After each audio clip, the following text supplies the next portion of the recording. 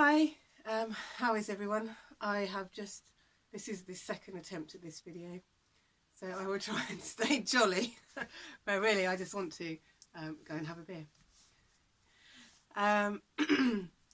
Facebook seems to have stopped giving me the ability to do lives on my page, and then I did a video and it wouldn't load it up.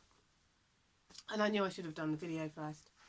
Anyway, the reason I'm here is somebody sent me a message this morning to say, do I recommend any exercises for sore shoulders? And I thought that it would be nice to, excuse me, to do a video for everyone to see. And so obviously the toddler then decided not to sleep all day. So I'm in this quite dark room, and I hope you can see well enough to see the exercises I'm going to do. I'm going to run through really quickly.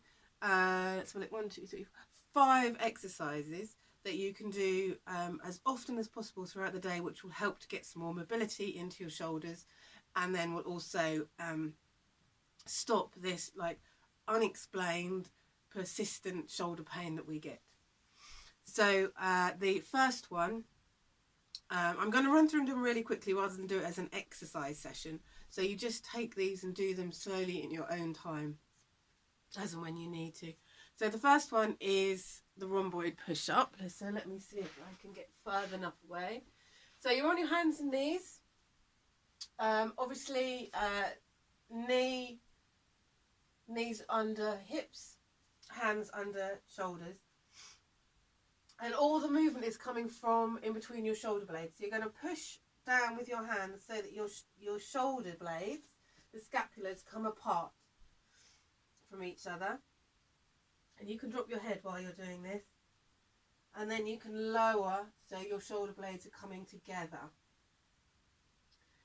And then you keep doing that. So pressing down so that your shoulder blades come apart. And dropping down so that they come back together again. The next one that you can do is to wrap your hands around your chest here and try and hook your fingers around your scapula. You should be able to feel those bones wigging out. And then once you've got them there, just drop your arms down, and you should feel that your scapulars have become flush with the rest of your back. Excuse me. And this is how they want to be all the time. It's so often what's happening is you're using your scapulars to do the work of your actual shoulder joint here. They become tense and tight, and so you need to start creating some width in across your back and some release of those tight muscles, and then start working your shoulder blades. And that's the one we're going to work at next. So pop your hand over your back and again feel the shoulder blade, and broaden your back so that the scapular foot is flat against your back. And then just using your shoulder joint only, just move your hand, your arm forwards and backwards. And just see how much movement you've got when your scapula doesn't get involved. And use this as your base. You do this exercise every day. You're going to increase how much mobility you've got here, and you're going to separate the movement out from your scapula and your shoulder joint here, which is what you need to do. You need to have those two working separately. So again, you're just going to put your hand over your shoulder, and you can see it goes right over. It's not on here, but it's right over, feeling for that scapular joint. Arm out in front and just moving it backwards and forwards, and just finding out how much mobility you've got there. And the more you do this every day, the more mobility you are going to get. The next one, bring your arms out to your sides in a T position, and then just lift your wrist. And what this does is it stretches all the nerves down your arms. this is a great one if you're doing a lot of work on the computer.